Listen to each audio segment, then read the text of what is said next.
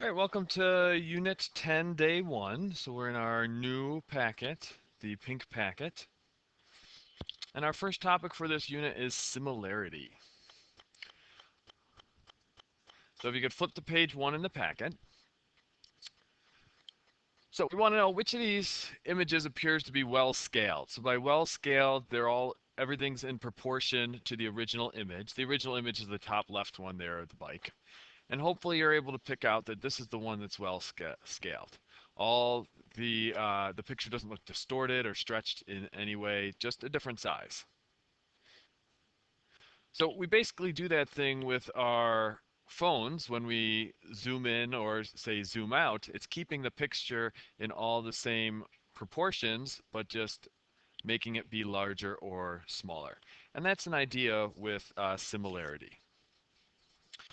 So if we move over to page 2, so similar figures have the same shape, but not necessarily the same size. So in those first two blanks there, you can write those. Two polygons are just many-sided figures, are similar if the corresponding angles are congruent and the sides are proportional. So if all of the angles that match up are the same, and if when you take your sides and divide them and they all reduce to the same thing, then that means we have similar polygons. The symbol for similar is a squiggly. It's basically like the thing that's on top of the equal sign for congruent.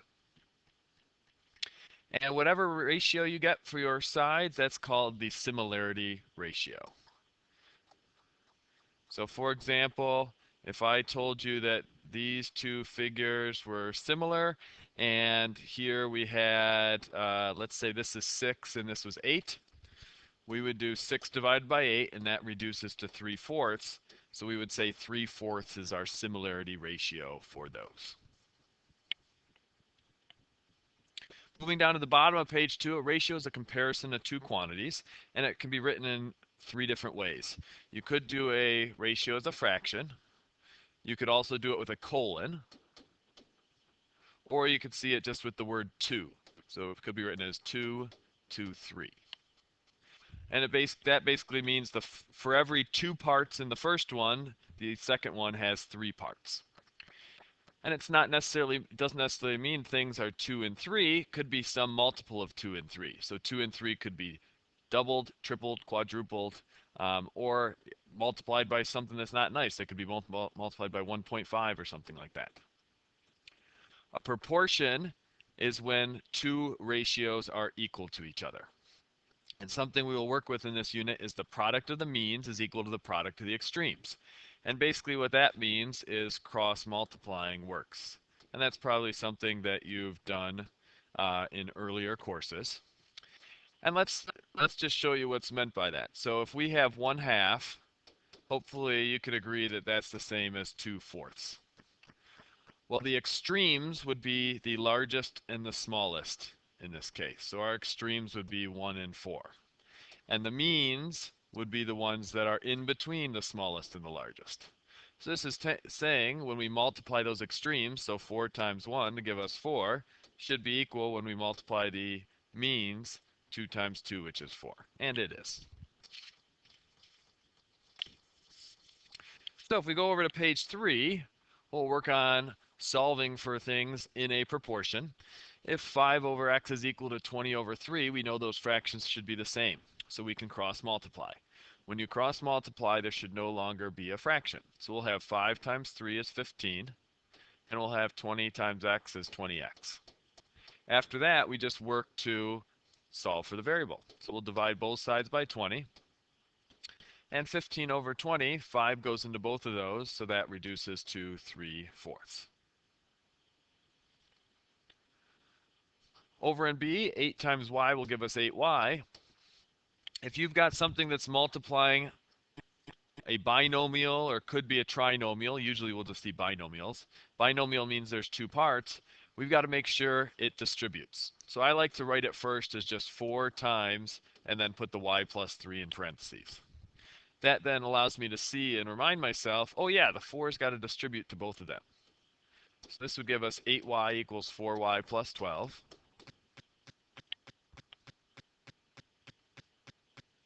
Subtract the 4y over, and we get 4y equals 12. Divide by 4, and we get y equals 3.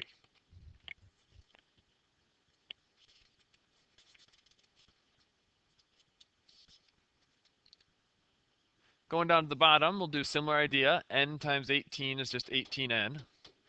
And in the other direction, one of them is a binomial. So let's write it as 6 and then parentheses n plus 6.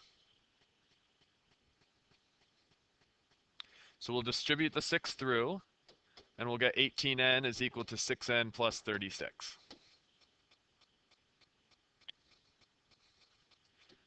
Subtract the 6n over, and you get 12n is equal to 36.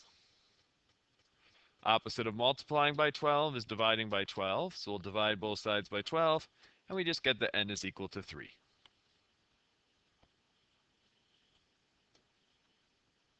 Moving over to D, 3 times 2 is 6, and then we've got two binomials. So we'll leave them next to each other in parentheses, and we'll have to multiply those out. So the x times the x gives us x squared, x times 2x gives us 2x.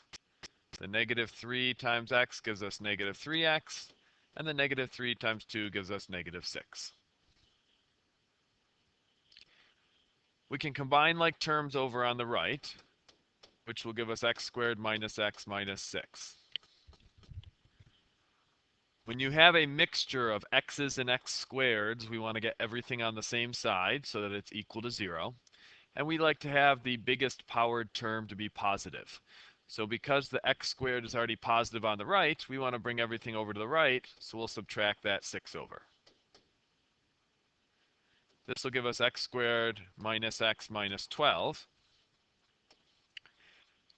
And this quadratic we solve by factoring.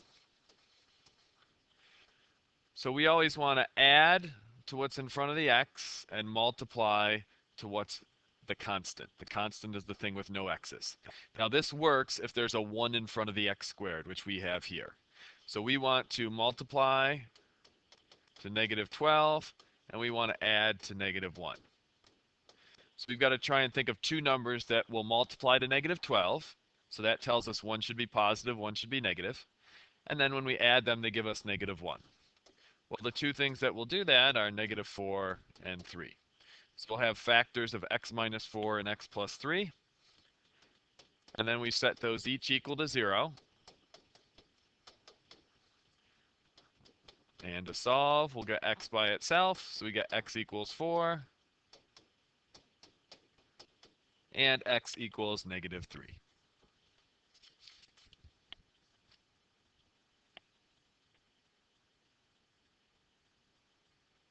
If we move over to page 4, they tell us that two triangles are similar. So because they are similar, two things we know is true. The angles in the corresponding spots have to be congruent. So they named it A, B, C, and D, E, F. So we're guaranteed A and D have to be congruent. We also know B and E have to be congruent, and that's shown by the right angles. We also know C and F have to be congruent. So those are things we know if they're similar. We also know the sides are proportional. So our similarity ratio, we just want to take one set of sides and then reduce it. So let's maybe take the 3 and the 15. If we do 3 over 15, 3 divides each of those, and we get 1/5. So our similarity ratio is just 1/5. Well, next it wants us to find the perimeter of each triangle. So let's do triangle ABC first. If we add up 3 and 4 and 5, that's going to give us 12. We'll do the other triangle DEF. If we add up 15, 20, and 25, 15 and 25 is 35. And when you add on 25, we get 60. Well, what's the ratio of the perimeters, ABC to DEF? Well, let's take 12 over 60. 12 will go into both those. When you divide them both by 12, it just reduces to 1/5. So notice our ratio of our perimeters matches the ratio of our sides. It matches our similarity ratio. Well, let's find the areas of each. Area is equal to 1/2 base times height, because we have right triangles here. So for triangle ABC, our area is going to equal 1/2 of 4 times 3. 3 times 4 is 12, times 1/2 is 6. For triangle DEF, we'll have 1/2 times 20 times 15. Well, half of 20 is 10. 10 times 15 is 150. And we should on each of these write units squared because they're areas. Well, now let's do our ratio. If we do 6 over 150, and you can just type this in the calculator, and the calculator will reduce it for you. When you type in 6 over 150, it gives us 1/25. So notice the area ratio is not the same, but the area ratio is the square of either the side or the perimeter ratio. Because if you do 1 squared, 1 times 1 is 1. If you do 5 squared, 5 times 5 is 25. Just another example, let's say our side ratio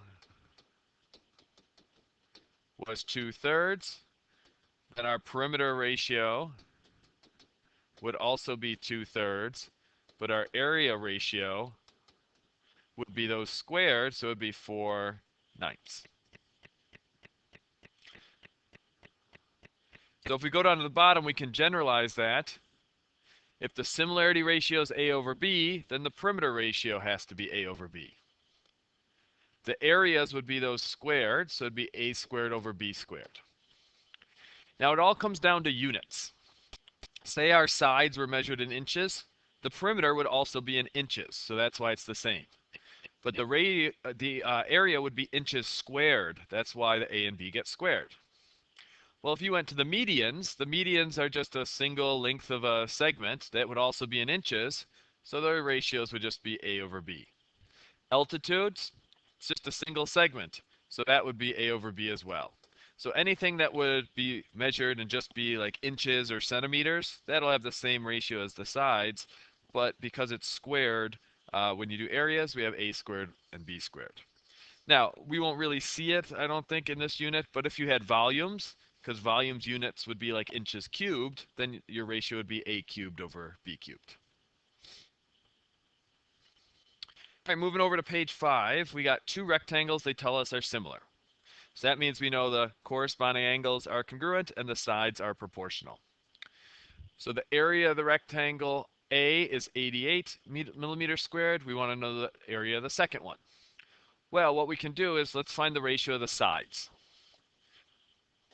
We'll take 16 over 30 and see what it reduces to. 16 over 30, we can divide those each by 2, and that'll give us 8/15. So this is our side ratio. So what we can do is we can take our side ratio and square it to equal the areas. So 8 squared over 15 squared should equal our area ratio. Well, 8 came from the 16, which was from A. So we just got to make sure we're consistent. The A's were on top, so 88 should go on top. And then we'll put X on the bottom.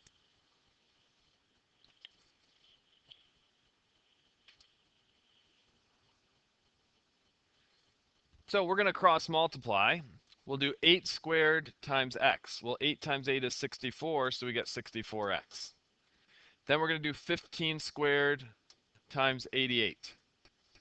And we'll give you 10 seconds. See if you can punch that in your calculator. 15 squared times 88.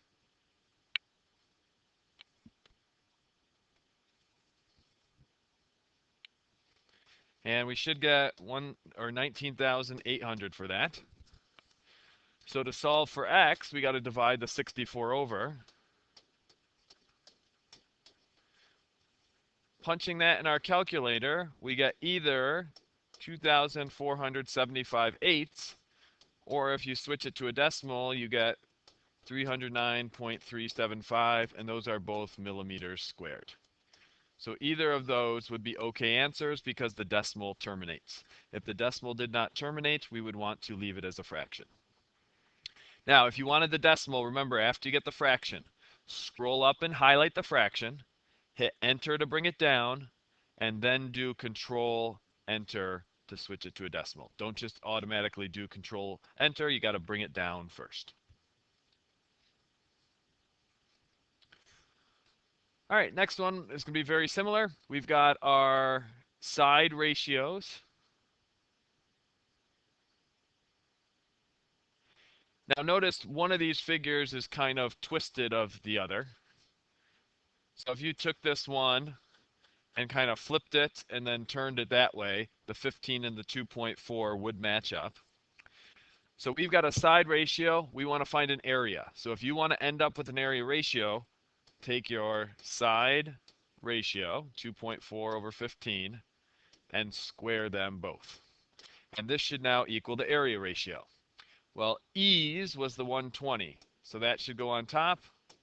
We'll put x on bottom. So we're going to cross multiply. If we do 15 squared times 120, that's going to give us 27,000. If we do 2.4 squared times x, that's going to give us 5.76x. We want to get x by itself, so we'll divide both sides by 5.76. And when we do that, we get 4,687.5, and it's an area, so we need millimeters squared. So if you want to find an area for similar figures, take your side ratio, square them, and set it equal to the ratio for your areas. You'll know one of them, cross multiply to find the missing one. Move over to page 6. We just want to find the ratio of the areas. Well, our side ratio in this first one is 2 to 5. If we want to find the area ratio, we've just got to square those. So that's going to equal 4/25. 2 times 2 is 4, 5 times 5 is 25. Similar idea here. 4/7 is the side ratio. To get the area ratio, we'll square those. So our area ratio is just 16/49.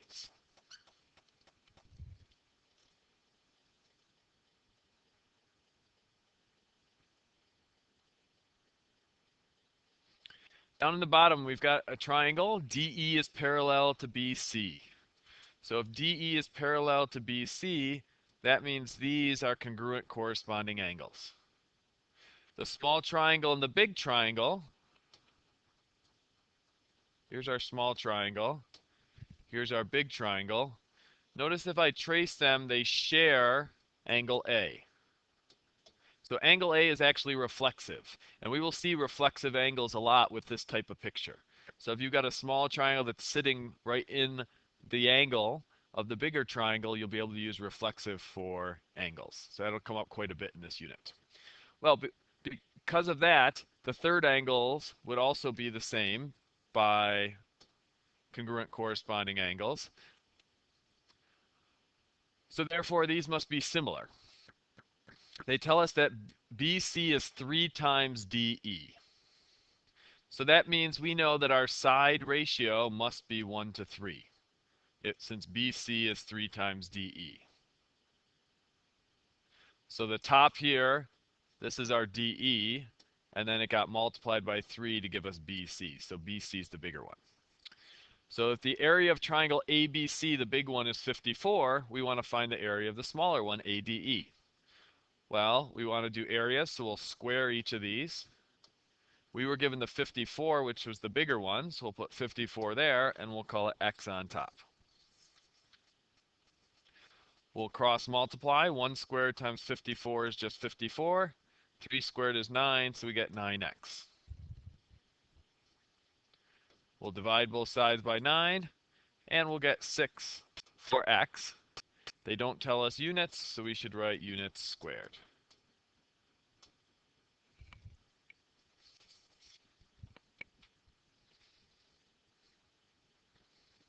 Moving over to page 7, we want to find the similarity ratio. They tell us the areas. Well, the areas are in a ratio of 49 to 9. Remember, this is the similarity ratio squared.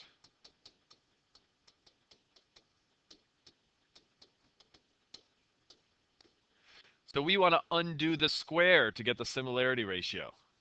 Well, to undo a square, you do the square root. So that's going to give us 7/3. So that is the similarity ratio. And then your similarity or your side ratio is the same as your perimeter ratio. So for our perimeter ratio, we just also get 7/3.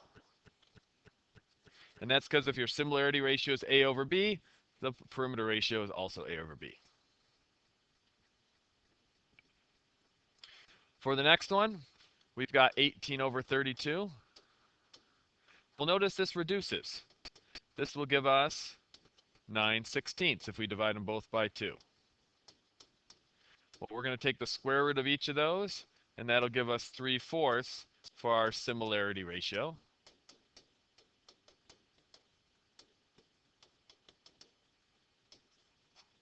And your perimeter ratio is just the same as the similarity ratio.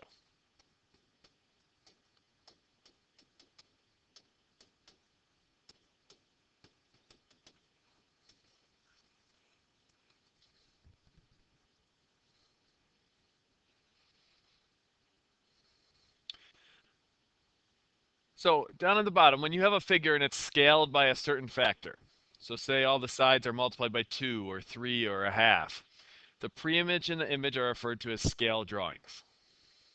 Whatever you multiplied by to get the image, we call that the scale factor.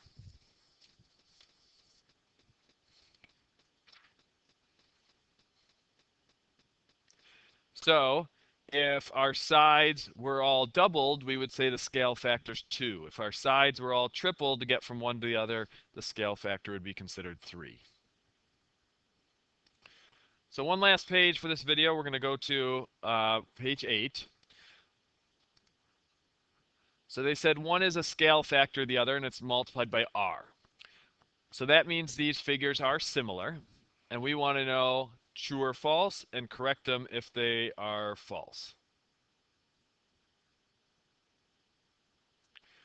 So we have ABC is equal to GHI. Here's ABC, here's GHI. Well, if you have similar figures, the corresponding angles are equal or congruent to each other. So this one is true. Next, they said AB, this here is equal to GH. Well, that's not true because it was scaled. AB was multiplied by something to equal GH. So we would write false. And to make it true, we would have to write R times there. Because if R was 2, we would have to double AB. If R was 3, we'd have to triple AB. In C, we've got a proportion.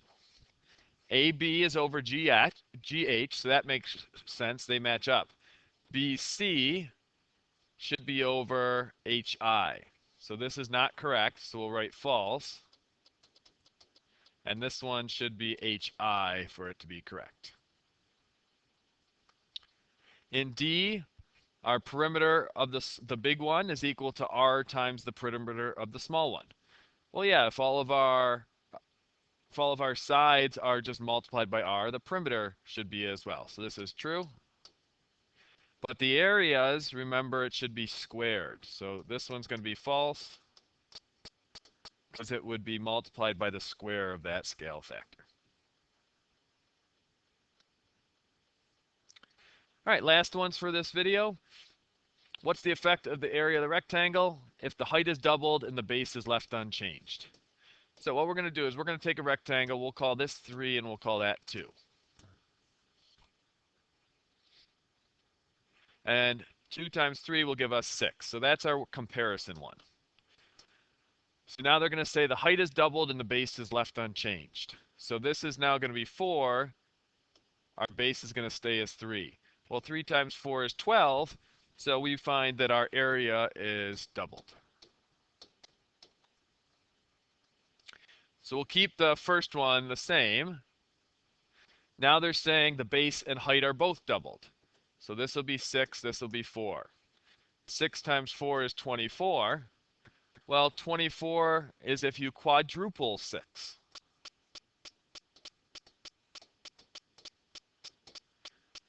So because they both got doubled and then they were multiplied, it ends up quadrupling the area. And the last one, what if the base was doubled and the height was cut in half? So this is 6 and this is now 1.